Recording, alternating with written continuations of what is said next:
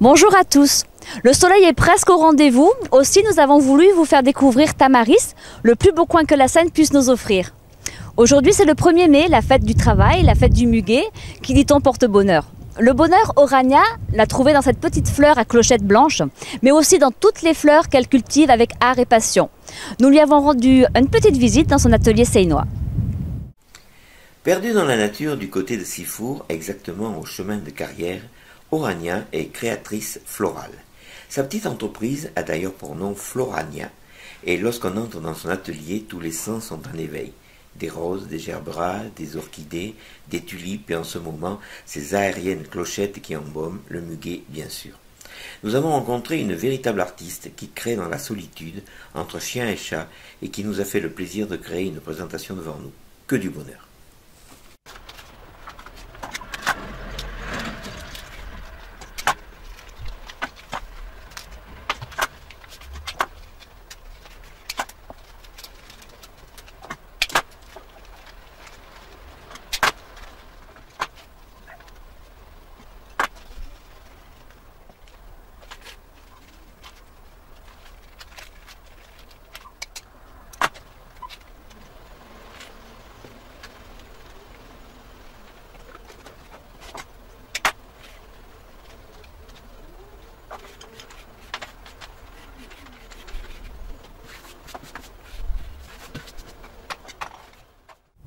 Comme chaque année, la librairie Charlemagne de la Seine recevait l'association Passion d'auteur, qui a pour but de promouvoir les auteurs varois et seinois en général. Une belle journée où l'on a pu se rendre compte que les talents n'étaient pas qu'à Paris, et un hommage émouvant a été rendu à Jean-Michel Thibault qui nous a quittés récemment. Journaliste et écrivain omniprésent et cependant d'une discrétion infinie, Jo de Chiffre œuvre dans et pour le milieu culturel, organisant des expositions réunissant des auteurs et des romanciers. Avec son association Passion d'auteur, il propose tous les ans à la librairie Charlemagne de la Seine, en compagnie de Nello et Frédéric, deux piliers de la librairie, une rencontre avec les auteurs seinois. Nous sommes allés à leur rencontre. Jo de Chiffre, bonjour. Bonjour. On se trouve à la librairie Charlemagne. Voilà. Donc vous êtes président de Passion d'auteur. Voilà, Passion d'auteur qui est une association qui regroupe des auteurs de la région entière, Marseille jusqu'à Draguignan. En fait. On a un grand panel d'auteurs, de tout genre, mais des auteurs amateurs, donc, puisque ce ne sont pas des professionnels.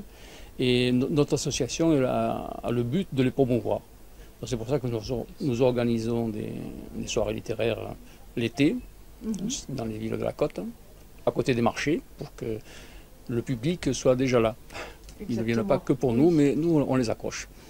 Et donc, ça fait la 7e année que nous sommes accueillis à Charlemagne, avec un accueil toujours enrichissant et sympathique.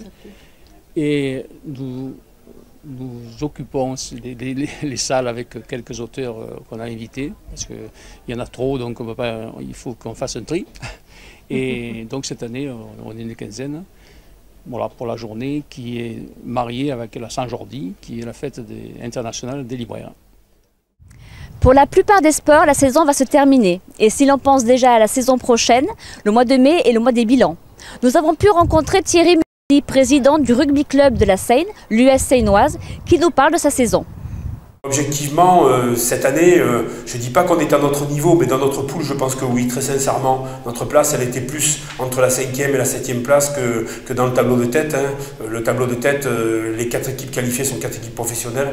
Voilà, et malgré tout, on voit aussi que les 2 équipes qui sont devant nous sont aussi 2 équipes professionnelles, mais ils n'ont pas fait un tour de plus que nous. Donc voilà, où est la limite du monde professionnel et du monde amateur? Voilà, c'est la vraie question qu'il faut qu'on se pose aujourd'hui en Fédéral 8. Aujourd'hui, le club de la Seine, c'est 550 licenciés.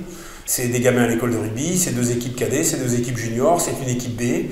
Ça aussi, il faut s'en occuper un petit peu quand même. Voilà, donc il y a un temps de préparation aussi. Il y a des entraîneurs à recruter.